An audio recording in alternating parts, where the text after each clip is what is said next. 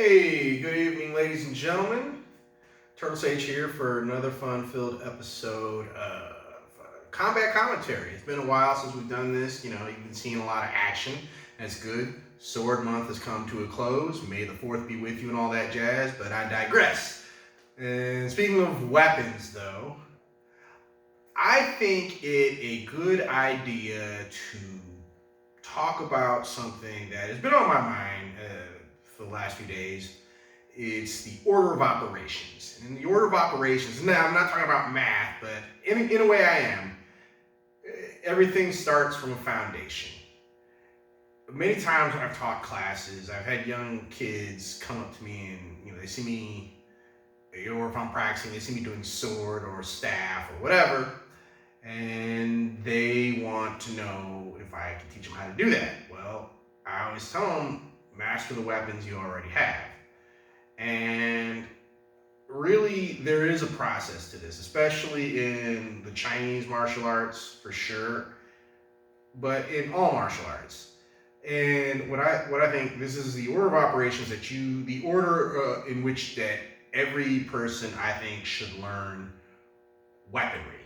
So starting out, the Chinese martial arts maxim is 100 days of empty hand, 300 days of broadsword, 500 days of staff, 1,000 days of spear, 10,000 days of Jin, straight sword, right?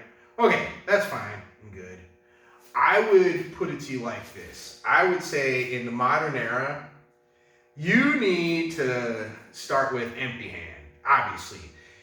You can't learn any of the weapons, in my opinion, until you have developed what is known as a foundation, i.e. horse stance, standing meditation, kicking and punching, grappling, etc. Right? So you got this. Moving on from that, and I would say no less than a year and a half, give or take, before you start even touching a weapon. Maybe even 2 years, if you really want to be good at it.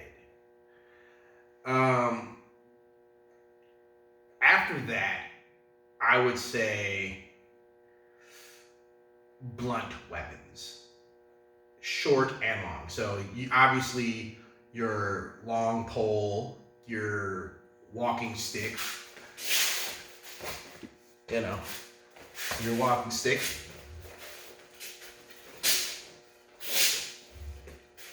Exactly.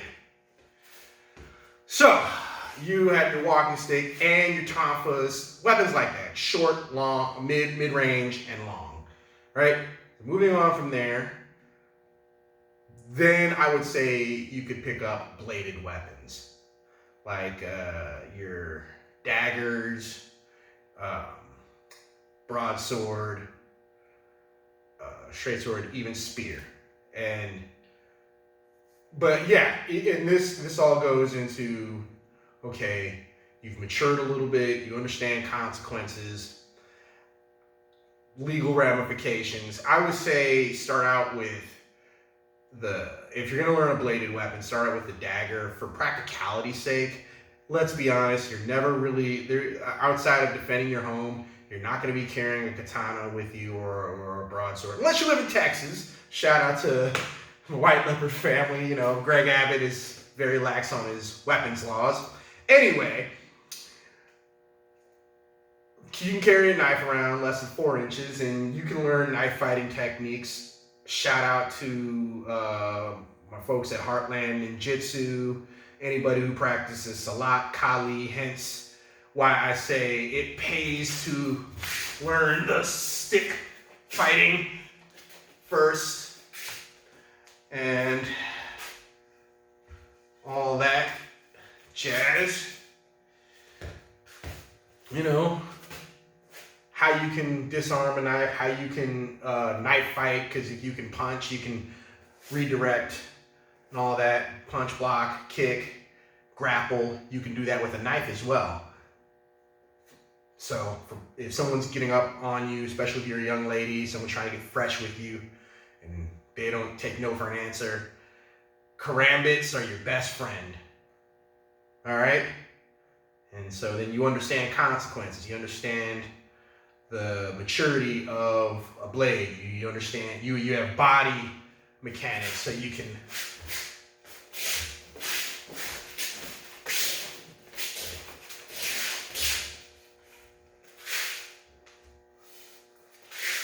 right? Hence my little fake katana. Anyway, moving on. After you understand consequence and you've developed a bit of precision, you're starting to get some maturity about you. And then you want the soft technique, because when you handle a blade, a long sword, you don't use it right, it's a good chance to break it in battle, right? So after that, you get the soft weapons. Linked weapons, like the fan. Bring out my fan. All right. You have your fan, right?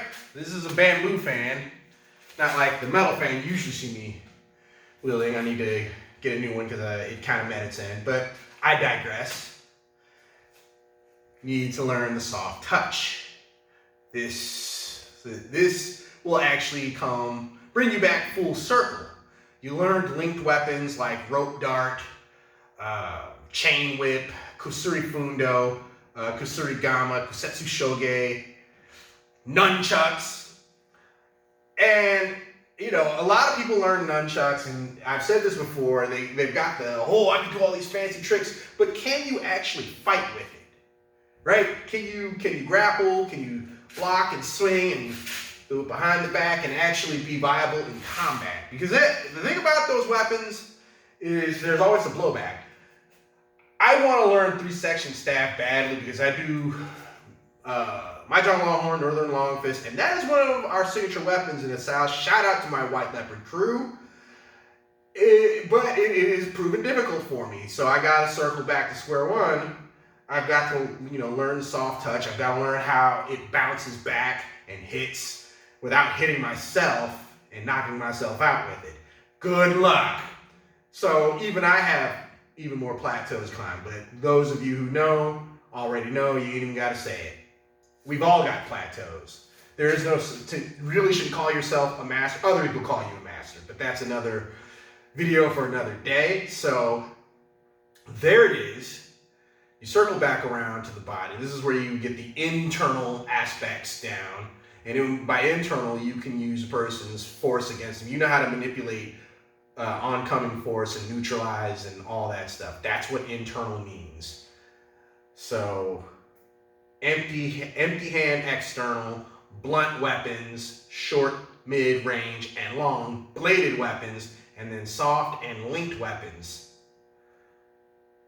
And after that, then you really start getting into the higher level mysteries of it, the energy, qigong, all that stuff. You really, really start concentrating on that. But you have to build your foundation. There is no way around it. These are the order of operations. But this is my opinion. If you disagree, feel free to say so in the comment section. Like, share, and subscribe if you like what you saw. And with that said, practice hard, my friends. Be water, and may the 4th be with you. Turtle Sage, signing.